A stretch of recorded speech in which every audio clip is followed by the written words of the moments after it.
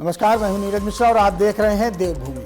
खबरों की शुरुआत करते हैं। 12वें अंतर्राष्ट्रीय योग दिवस के अवसर पर चंपावत जिले के वनवासा में भव्य योग कार्यक्रम का आयोजन किया गया। कार्यक्रम में उत्तराखंड के मुख्यमंत्री पुष्कर सिंह धामी ने सशस्त्र सीमा बल के जवानों ने सहभागिता करते हुए सामूहिक योगाभ्यास किया। बड़ी संख्या में स्थानीय लोगों ने हिस्सा लिया। इस दौरान स्वास्थ्य जीवन और नियमित योग के महत्व पर जोर दिया गया। योग कार्यक्रम के बाद पर्यावरण संरक्षण का संदेश देते हुए पौधारोपण भी किया गया। सीएम धामी ने कहा कि प्रधानमंत्री नरेंद्र मोदी के नेतृत्व में योग को वैश्विक पहचान मिली है और आज दुनिया के अनेक देश भारतीय संस्कृति की इस अमूल्य धरोहर को अपना रहे हैं। कार्यक्रम में योग के माध्यम से स्वस्थ समाज और स्वच्छ पर्यावरण का संदेश दिया गया।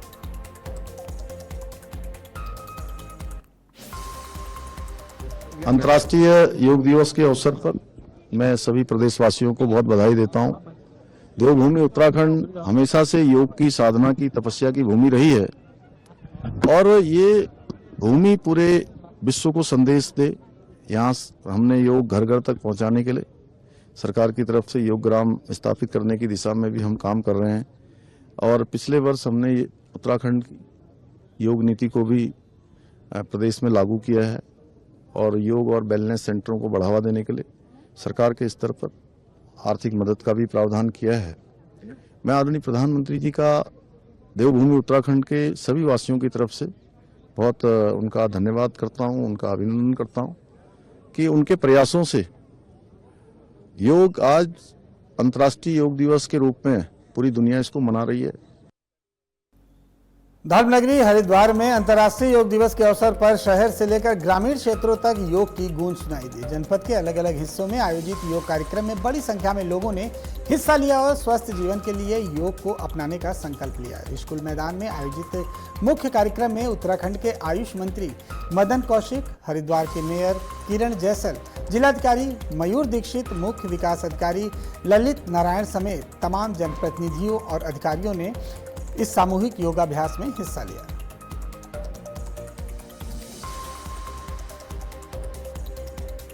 और ये बहुत ही खुशी का दिन है क्योंकि हम लोगों के साथ साथ और सब लोगों का भी यही उद्देश्य रहता है कि हम सब लोग निरंतर योग करते रहें, योग से जुड़े रहें, क्योंकि योग केवल एक शारीरिक व्यायाम ही नहीं है, वो शांति और अनुशासन का मार्ग है जिस पर चलकर हम अपने जीवन को और बेहतर बना सकते हैं। और योग करने से हमारे अंदर जो एक ठहराव होता है, शांति होती है और अपने कार्य के प्रति भी हम लोग जागरूक होते हैं। हमारी योग करने से कार्य क्षमता, कार्य कुशलता बढ़ती है। तो ये सब चीजें हम योग से अपने शरीर के साथ साथ मन पर भी बहुत प्रभाव देखते हैं और इस चीज के लिए मैं बहुत बहुत आभार व्यक्त करती हूँ हमारे माननीय प्रधानमंत्री श्री नरेंद्र मोदी जी। आज मैं अंतर्राष्ट्रीय योग दिवस पर सभी देश और प्रदेशवासियों को हार्दिक बधाई देता हूँ, शुभकामनाएं देता हूँ। आज पूरी दुनिया का नेतृत्व इस क्षेत्र में भारत कर रहा है, ये हमें बहुत ही गौरव और गर्व होता है। पूरे सभी लोगों को मिलकर हमें योग के साथ आगे बढ़ना है। प्रधानमंत्री जी ने कहा है कि योग एक दिन का नहीं, अपितु अपने जीवन में हर समय जब हम रोज के प्रतिदिन के अभ्यास में जुड़े, और मैं समझता हूं कि आज जिस प्रकार का वातावरण देश में बना है, निश्चित रूप से आज जो योग है वो हमारे जीवन का एक अभिन्न अंग बने, इस दिशा में हम लोग बढ़ रहे हैं। अंतर्राष्ट्रीय योग दिवस के मौके पर बागेश्वर जनपद पूरी तरह से योगमय नजर आया। स्वस्थ वृद्धाश्रम के लिए योग थीम के तहत जिले भर में भव्य आयोजन कार्यक्रम किया गया। मुख्य कार्यक्रम नुमाइशते शेख मैदान में किया गया। यहाँ पर जनप्रतिनिधियों, प्रशासनिक अधिकारियों और हजारों लोगों ने एक साथ योगाभ्यास कर स्वस्थ जीवन का संदेश दिया। कार्यक्रम का शुभारंभ विधायक पार्वती दास ने दीप प्रज्वलित करके किया। इस दौरान जिला पंचायत अध्यक्ष शोभा आर्या, नगर पालिका अध्यक्ष सुरेश खेतवाल, जिलाधिकारी अपूर्वा पांडे, पुलिस अधीक्षक जितेंद्र मेहरा समेत कई जनप्रतिनिधि और अधिकारी मौजूद रहे।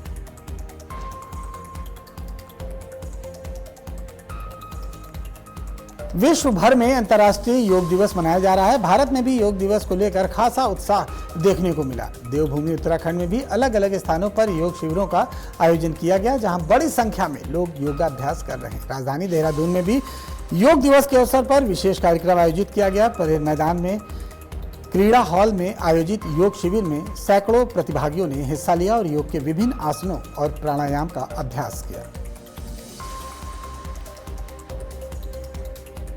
अंतर्राष्ट्रीय योग दिवस पर देहरादून का MDDA सिटी फॉरेस्ट पार्क योग स्वास्थ्य और प्राकृतिक के अनूठे संगम का साक्षी बना। 12वें अंतर्राष्ट्रीय योग दिवस के अवसर पर आयोजित कार्यक्रम में उत्तराखंड के मुख्य सचिव आनंद वर्धन, MDDA के उपाध्यक्ष बंशीधर तिवारी समेत बड़ी संख्या में अधिकारी, कर्मचारी और स्थानीय नागरिक इस कार्यक्रम में शामिल हुए। हरियाली और प्राकृतिक वातावरण के बीच 1000 से अधिक लोगों ने सामूहिक योगाभ्यास कर स्वस्थ जीवन का संदेश दिया। कार्यक्रम में योग के साथ साथ पर्यावरण संरक्षण और स्वस्थ जीवन शैली को बढ़ावा देने का भी संकल्प लिया गया। इस अवसर पर प्रशिक्षकों को सम्मानित किया गया और उत्तराखंड को योग और वेलनेस की वैश्विक राजधानी बनाने की दिशा में राज्य सरकार की प्रतिबद्धता दोहराई गई।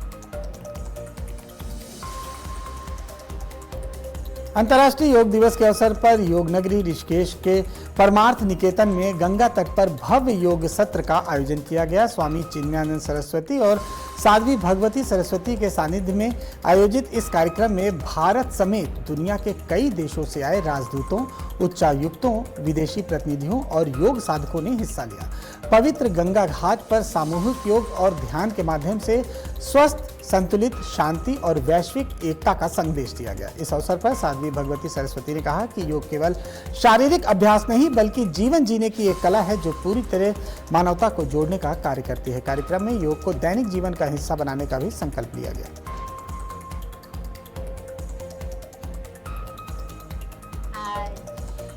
परमार्थ निकेतन ऋषिकेश में माँ गंगा की पावन तट पे हिमालय की गोद में शंकर भगवान आदि योगी की चरण में गंगा जी की बीचों बीच में हमने इंटरनेशनल योग दिवस मनाया। इतनी देशों की राजदूत, एम्बेसडर्स, हाई कमिश्नर्स, काउंसलर्स और इतनी रिप्रेजेंटेटिव्स अलग अलग देश की, अलग अलग धर्म की, अलग अलग जीवन जीने के ढंग की, मतलब people from every walk of life, every country, city, color, culture, क्योंकि योग सचमुच यूनियन। और हमने साथ ही साथ कॉमन योग प्रोटोकॉल किया और उसके साथ हमने ध्यान किया, गंगा ध्यान किया और संकल्प भी किया कि हम केवल योग मैट के ऊपर नहीं करेंगे, बल्कि जब हम मैट से ऊपर उठते हैं, when we rise from the mats, when we get off the cushions, कि हम योग को जिएंगे, we're going to live योग। क्योंकि हमारे ऑनरेबल प्रधानमंत्री जी श्री नरेंद्र मोदी जी जब उन्होंने यूनाइटेड नेशंस में इंटरनेशनल डे ऑफ योग पास किया, it was not only for exercise for the world, it was not only for physical health, it was for health in our minds, in our hearts, in our communities, in our nations, in our world and with Mother Earth। तो हमने सब हाथ उठा के संकल्प किया कि योग करेंगे और योग जिएंगे। उत्तराखंड के मुख्यमंत्री पुष्कर सिंह धामी ने जम्मू कश्मीर में 6 जून को शहीद हुए लेफ्टिनेंट वीरेश्वर गोस्वामी को श्रद्धांजलि अर्पित की। मुख्यमंत्री शहीद के आवास पर पहुंचे और उनके चित्र पर पुष्प अर्पित कर वीर सपूत को नमन किया। इस दौरान उन्होंने शोक संतप्त परिवार से मुलाकात कर अपनी गहरी संवेदना व्यक्त की और परिवार को इस दुख की घड़ी में धैर्य और संबल रखने के लिए कहा। मुख्यमंत्री ने कहा कि देश की रक्षा के लिए शहीद जवानों का बलिदान सदैव स्मरणीय रहेगा और पूरा प्रदेश उनके परिवार के साथ खड़ा है। उन्होंने शहीद के परिजनों को हर संभव सहयोग का भी भरोसा दिया। तुर्की से इंसानियत को शर्मसार कर देने वाली एक बेहद दर्दनाक तस्वीर सामने आई है। कलियर थाना क्षेत्र के दरियापुर गांव में महज एक कोल्ड ड्रिंक की बोतल चोरी करने के शक में 4 मासूम बच्चों को तालिबानी अंदाज में सजा दी गई। आरोप है कि कुछ दबंगों ने बच्चों को रस्सियों से बांध दिया और उनके साथ बेरहमी से मारपीट की गई। बच्चे रहम की गुहार लगाते रहे, रोते बिलखते रहे, लेकिन किसी का भी दिल नहीं पसीजा। सबसे हैरान करने वाली बात यह है कि मौके पर मौजूद लोग मूक दर्शक बने तमाशा देखते रहे। घटना का वीडियो सामने आने के बाद इलाके में आक्रोश है और पुलिस मामले की जांच में जुट गई है।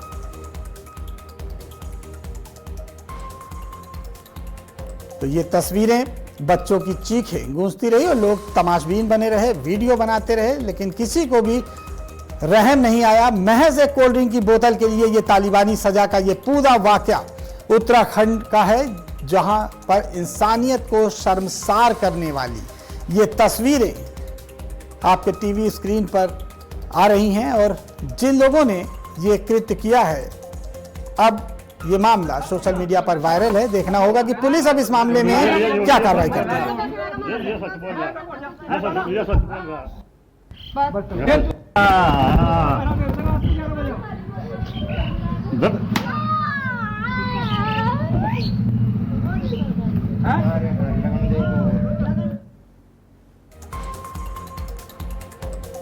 ये तस्वीरें, ये उत्तराखंड की ये तस्वीरें जहां बच्चों की चीखें गूंजती रही और उनके साथ इस तरह से व्यवहार किया गया जैसे उन्होंने बहुत बड़ी कोई बैंक डकैती की हो। महज 10 रुपए की कोल्ड ड्रिंक के लिए ये सजा दी जा रही है। इंसानियत को शर्मसार करने वाली ये तस्वीरें। कोल्ड ड्रिंक के लिए बच्चों को पहले रस्सी से बांधा, फिर लाठियों से पीटा और तमाम लोग तमाशबीन बने इस नज़ारे को देखते रहे, अपने मोबाइल में कैद करते रहे।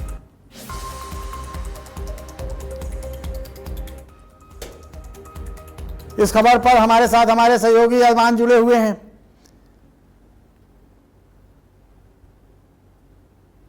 सलमान, जिस तरह की तस्वीरें, इंसानियत को शर्मसार करने वाली ये तस्वीरें, महज 10-15 रुपए की कोल्ड ड्रिंक के लिए इन बच्चों को इस तरह से पीटा जा रहा है कि जैसे इन्होंने कोई बहुत बड़ी घटना को अंजाम दिया हो, बहुत बड़ी कोई बैंक डकैती की घटना कारित की हो और लोग तमाशबीन बने हुए हैं। अभी तक क्या अपडेट है इस पूरी घटना पे? क्या वीडियो वायरल होने के बाद इनके खिलाफ कोई कार्रवाई की जा रही है जो इस घटना को अंजाम दे रहे हैं?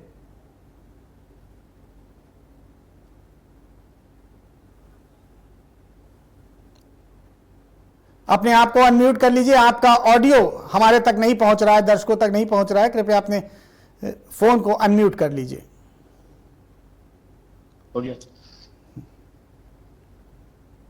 म्यूट है। बच्चों की चीखें गूंजती रहीं और तमाशबीन बने लोग वीडियो बनाते रहे। एक बार फिर से हम कोशिश करते हैं अपने सहयोगी सलमान से जुड़ने के लिए। यह तस्वीर इंसानियत को शर्मसार करने वाली 4 बच्चों को पीटते हुए नजर आए दबंग।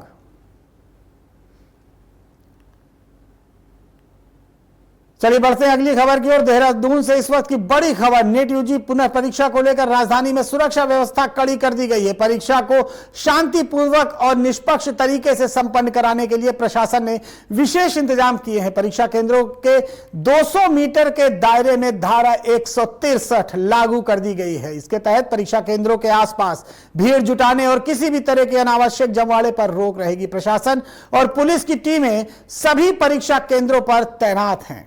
परीक्षार्थियों की सुरक्षा, परीक्षा व्यवस्था और सुचारू संचालन को लेकर विशेष निगरानी रखी जा रही। प्रशासन ने परीक्षार्थियों और उनके अभिभावकों से अपील की है कि वे परीक्षा संबंधी नियमों का पालन करें और व्यवस्था को बनाने में सहयोग करें।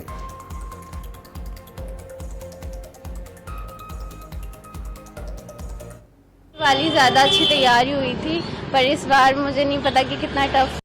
मेरी तो पिछले वाली ज़्यादा अच्छी तैयारी हुई थी, पर इस बार मुझे नहीं पता कि कितना टफ लेवल आएगा नीट का, तो इस वजह से मैं थोड़ी डरी भी सी हूँ।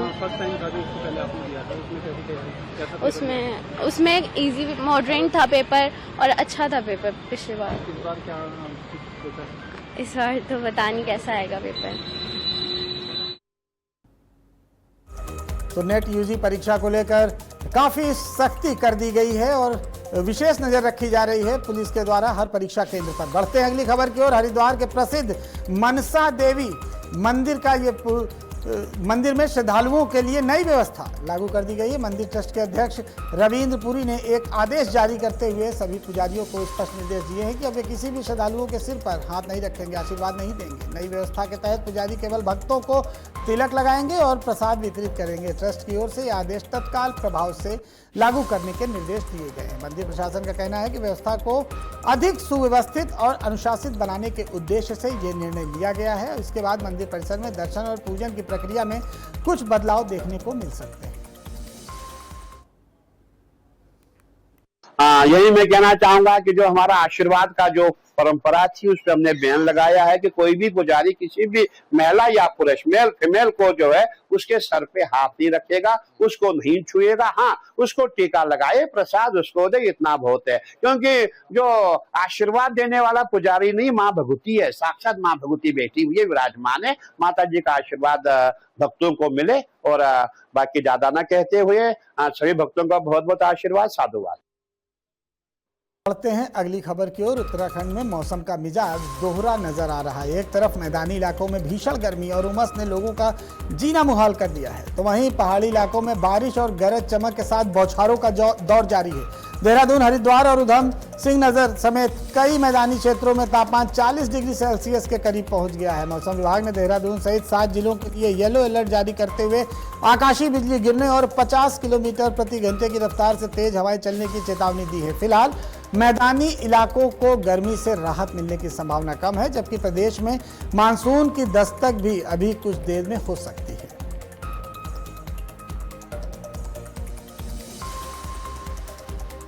देवभूमि की खबरों में फिलहाल यहीं तक। खबरों का सिलसिला लगातार आज की खबर पर जारी रहेगा।